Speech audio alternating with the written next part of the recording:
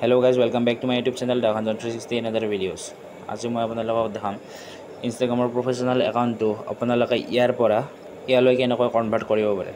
তো আপোনালোকে ভিডিঅ'টো আৰম্ভণিৰ পৰা শেষলৈ সম্পূৰ্ণকৈ চাব, স্কিপ নকৰাকৈ। তো আপোনালোকে কি কৰিব, ইনষ্টাগ্ৰামত যোৱাৰ পিছত প্ৰফাইলত ক্লিক কৰাৰ পিছত ইয়াত যোনটো এডিট প্ৰফাইল বুলি আছে ইয়াত ক্লিক কৰিব। ইয়াত ক্লিক কৰাৰ পিছত আপোনালোকে তললৈ এনেকৈ দাঙি দিব। দিয়াৰ পিছত যোনটো এড লিংক বুলি আছে এড লিংকটোত ক্লিক কৰিব। ক্লিক কৰাৰ পিছত ইয়াত এক্সটাৰ্নেল লিংক বুলি যোনটো আছে এড এক্সটাৰ্নেল লিংক ইয়াত ক্লিক কৰিব। ক্লিক কৰাৰ পিছত আপোনালোকে যোনটো ৱেবছাইটৰ লিংকটো দিম বুলি ভাবিছে ইয়াত URL বুলি লেখা আছে, ইয়াত কপি কৰি পেষ্ট কৰি দিব। আৰু ইয়াত টাইটেলটো দিব বিচাৰিছে যদি আপোনালোকে যোনটো ৱেবছাইটত দিব বিচাৰিছে সেই ৱেবছাইটটো আপোনালোকে নামটো দি দিব। মই ধৰকচোন ইউটিউবটোৰ নাম দিম বুলি দিয়াৰ পিছত ইয়াত যোনটো URL আছিল URLটো কপি কৰি পেষ্ট কৰি দিব। ইয়াত দিয়াৰ পিছত এনেকৈ যোনটো ৰাইট চিন আহিব ইয়াত ক্লিক কৰিব।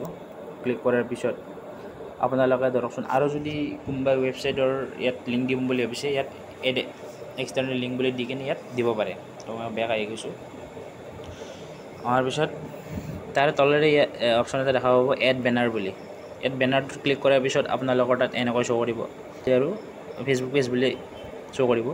আপোনালোকে ইয়াত যোনটো পেজ আপোনালোকে দিম বুলি ভাবিছে সেই পেজটো আপোনালোকে ক্লিক কৰি ল'ব। লোৱাৰ পিছত এনেকৈ দেখা পাইছে ইয়াত আহি গৈছে পেজটো। অহাৰ পিছত ইয়াত যোনটো ৰেড চিন আছে ইয়াত ক্লিক কৰি দিব। ক্লিক কৰাৰ পিছত তললৈ যাই থাকিব। যোৱাৰ পিছত ইয়াত দেখা পাইছে প্ৰফাইল ইনফৰমেশ্যন।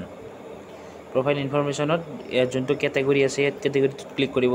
ক্লিক কৰাৰ পিছত আপোনালোকে ইয়াত যোনটো ধৰণৰ মানে ইয়াৰ কেটেগৰী দিব বিচাৰিছে সেইটো ধৰণৰ কেটেগৰী আপোনালোকে নিজে চিলেক্ট কৰি ইয়াত দি দিব। Artist, musician, band, blogger, clothing, community, digital creator, education, ইয়াত যি ধৰণৰ আপোনালোকে ইয়াত দিব বিচাৰিছে বা এডিটৰ সেনেকুৱা ধৰণৰ আপোনালোকে ইয়াত নিজে ইয়াত ক্লিক কৰি কিনে আপোনালোকে দিব পাৰে। যিহেতু মই ব্লগাৰ ইয়াত ক্লিক কৰি কিনে ইয়াত ক্লিক কৰাৰ লগে লগে ইয়াৰ এটা অপশ্যন আহিব ডিছপ্লে অন প্ৰফাইল বুলি।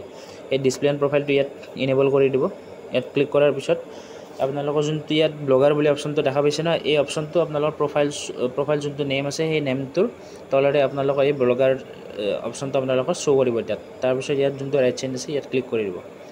ক্লিক কৰাৰ পিছত ইয়াৰ যোনটো কণ্টেক্ট অপশ্যন বুলি আছে কণ্টেক্ট অপশ্যনটোত আপোনালোকে ক্লিক কৰিব। ক্লিক কৰাৰ পিছত ইয়াত যোনটো বিজনেছ ইমেইল বুলি আছে এই বিজনেছ ইমেইলটোত মানে ধৰকচোন আপোনালোকৰ যোনটো ইমেইল আপোনালোকে ব্যৱহাৰ কৰে সেই ইমেইলটো আপোনালোকে ইয়াত দিব।